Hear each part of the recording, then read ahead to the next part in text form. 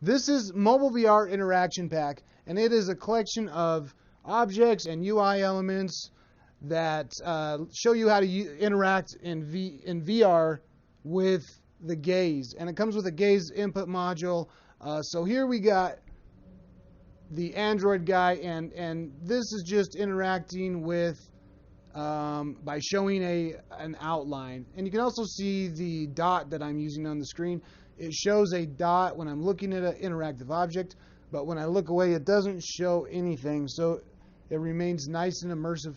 There's actually two different dots that come in this. The other one is the default dot that comes with the Google VR SDK. So this is a customized one. And we got the nice outline here. Now these objects, we interact with these objects on physics. So I can push the cubes around or roll the ball around. So here is just interacting with some physics objects. Now let's go over here to the World Space UIs. We have interacting with these objects with the gaze. So I can click here and move the scroll view around. I can move the horizontal bar. I can move the vertical bar, or just click here in the space and move that around. And then there's a button here to, I guess, which just disappears when you click on it.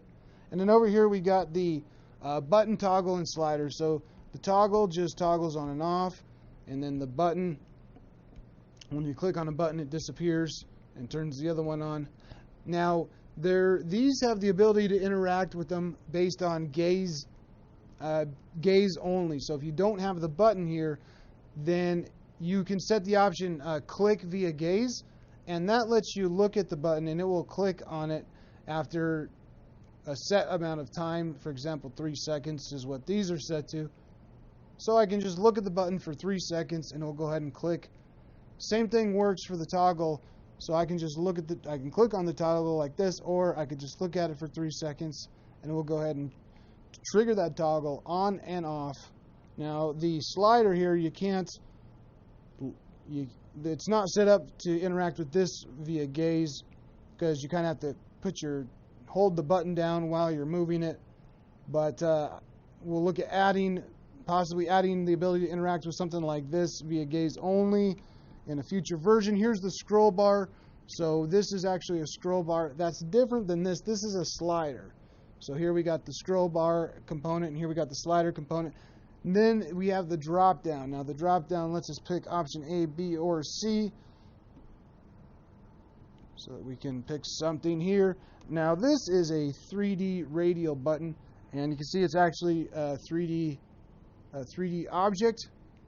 So when we look at that, it goes ahead and spins the radial button around and fires something when it gets done. And same with this one. This one is a gaze slider, so you can look at it. It's actually a slider component, just like this one is. But the difference is this one is configured to work when you just look at it and look away, so it can fire an action when you get to the end there.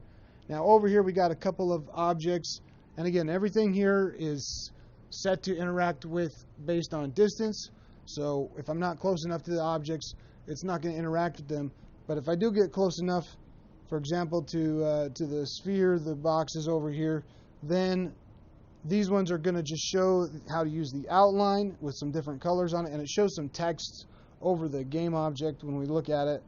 And you'll notice another nice feature here, the outline, it slowly shrinks and grows when you look at it. So it doesn't just appear and disappear, it slowly grows into place.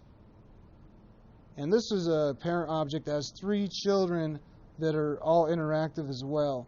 So it's a little different setup to get the children to be interactive when you have an interactive parent, but you can set it up that way if you want. And these all just have different colors on the outlines. Over here we got the Unity logo, and the Unity logo just does like the other objects here. It's just showing an outline when we look at it. And then we got playing animation, and the door will open if we look at it for enough time, and we can also just click on the door to open and close it. But like all objects, if we want to, we can select to interact with them based on gaze time. So if I look at this for a few seconds, it's going to close the door. And if I look at it again, it'll go ahead and open the door. All right, well, I hope this collection of examples helps you out. This first version is a early access, and then as we add more features and refine the scripts and everything, we'll eventually have the official release. But for now, it is early access, so that means it's at a discounted price. Thanks for checking it out, and if you want to see a more detailed look at how it works in Unity with the scripts, just take a look at the next video, which is the tutorial on how to use it. Thanks again. See you soon.